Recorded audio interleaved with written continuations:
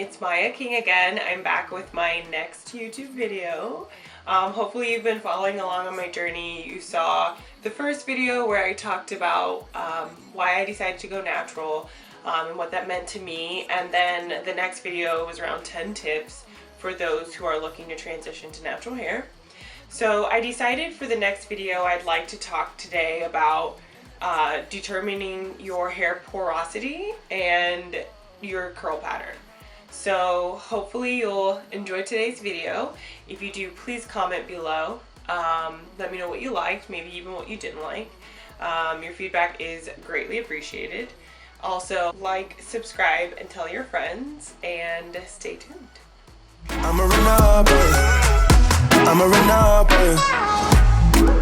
Okay, so porosity test.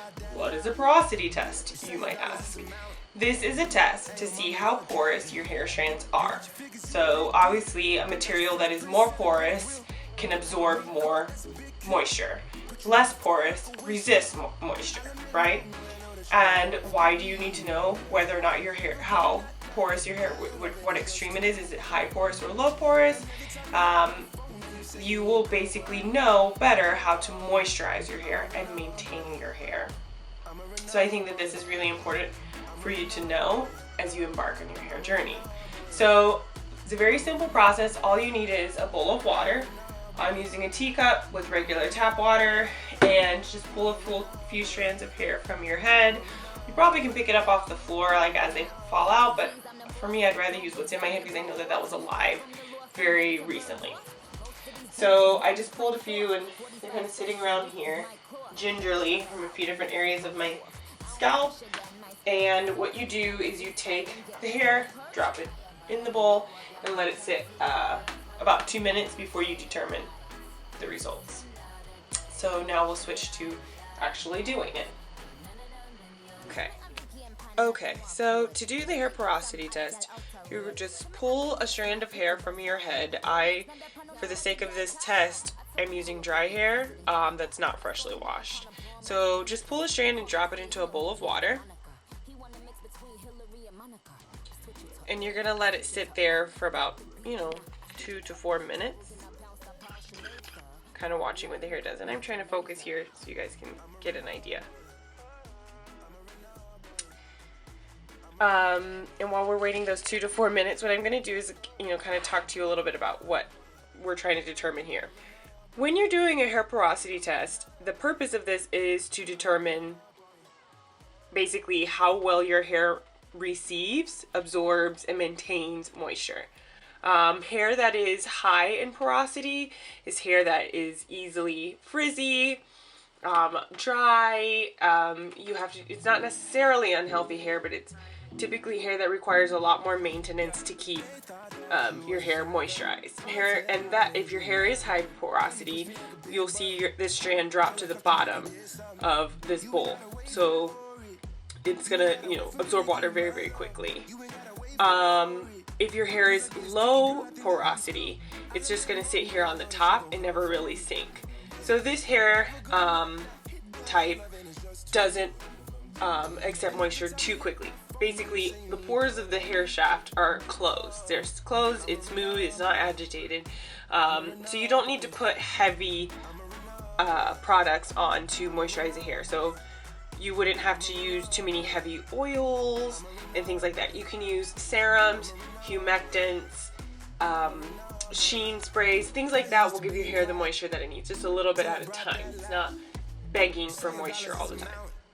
So it's been about a minute of talking, I would say, a little bit more, and hopefully you can see well that that hair, the little piece of hair is just sitting there right on top of the water. So this is my natural hair. It has not had any chemical processing. It's not relaxed, it hasn't been colored at all, not even rinses to make the hair darker. That's just the hair that comes out of my head, that's moisturized, deep conditioned on a weekly basis, and not really manipulated too often. I style my hair once a week, and yes, that YouTube video is coming. And then I just let it be, just kind of revive it a little bit every morning and just sleep with a protective style at night. So that's basically the hair porosity test. So I know that my hair, I just need to use serums. You know, I use a LOC method, which is a leave-in conditioner, then an oil, which I use coconut oil, and then some type of cream. So I use like Shea Butter's curling souffle, and then I put a gel on top of it to actually style or finger coil my locks. So I know how to moisturize my hair because I did this, so you should too. I'm a runner,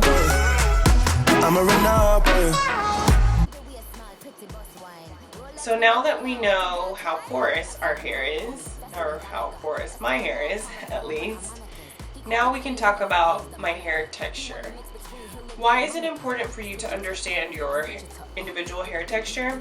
I find that it's important to know this so that, first of all, you would know basically how you would style your hair, how much maintenance your hair would need. I think if you want to have, you know, get your hair cut in a specific diva cut or things like that, I think that that has something to do with basically what texture you have and how feasible whatever cut or style it is that you want to do. On the reverse end, when you're going to go to straighten your hair and use heat to straighten your hair, you'll know how easy of a process that will be based on if your hair is from wavy straight to kinky to coily. Then you will know how much work you need to put in. So as you can see, this is a hair chart that I found online just by doing a Google search. There's actually 4 types of hair textures as is displayed in this chart. Type 1 is basically straight. Type 2 is wavy hair.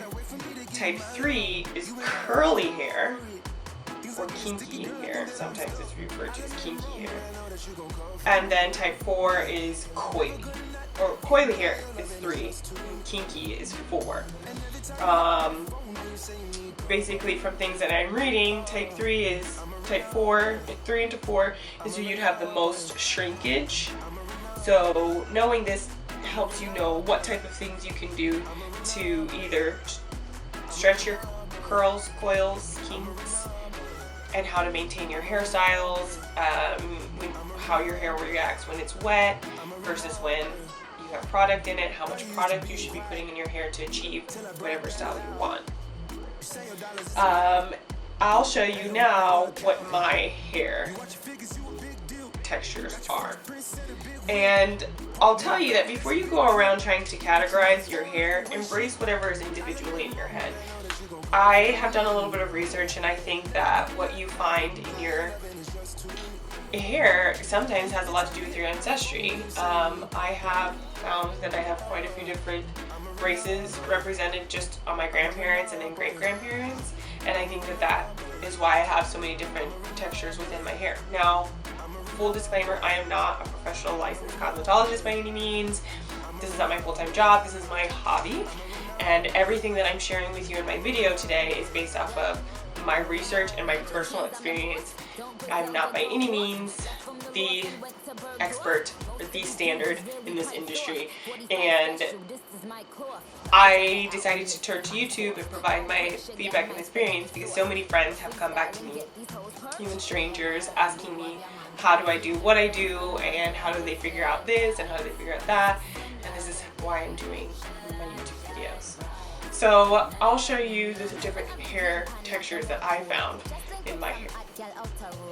Okay, so once again, engaging my limited videography skills, but I want to show you my curl pattern. Now that we've talked about the differences, basically what's the difference from type 1, type 2, type 3, type 4, and I've heard that there's a 5, but I didn't see it in the chart that I just shared with you. You can kind of determine what your hair curl pattern is. I've noticed, for me personally, that I have different curl patterns throughout my head. I think that I have 4, but for the sake of this, I'm going to show you the 3 that are distinctly different. I have very loose curls. This is almost perfectly straight. This piece of tape is here on the bottom because it keeps flipping up and you can't really see how straight the hair is. This hair is at my forehead. And the very top of the crown of my hair, it's perfectly straight. I have to re-finger coil this every single morning so that it matches all the coils throughout the rest of my head. In the back, in the middle of my head, I have more of a kinky, coily pattern. It's not quite coils, but it is kinky. So it's definitely shrinkage there. And then on the sides of my hair, I have coily hair. Easily coils, springs back. It's not necessarily, it's a little bit of kink in it, but you can see the coil patterns as well. I have one more texture I want to say between the front middle and the true back middle. There's one more that is bigger, looser coils. It's not as straight, but it's not as kinky. But these are the 3 distinct types that I wanted to show you that I have. So that completes episode 3 of my video blog talking about my hair journey and me sharing my tips and best practices and my research with you all in one place. I really hope that you enjoyed the information that you received today. I hope that it will be beneficial to you in your hair journey. Again, I want to say one more time, please embrace what is yours and who you are. Don't let anyone else be the standard for how you judge yourself. You are special, you are unique, and you should embrace that. I really hope you enjoyed it. If you did, please like, share, and definitely subscribe.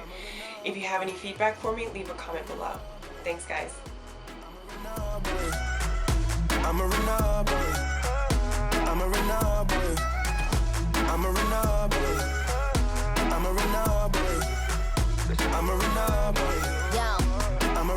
Major keys, I'm the boss. Don't Griselda go off? Left from the loft and went to Bergdorf. Most of these dudes is really quite soft. 45 special, this is my cloth. About to drop an album, this is my 4th. I don't put sugar in my spaghetti sauce. Drop a freestyle and get these hoes perched.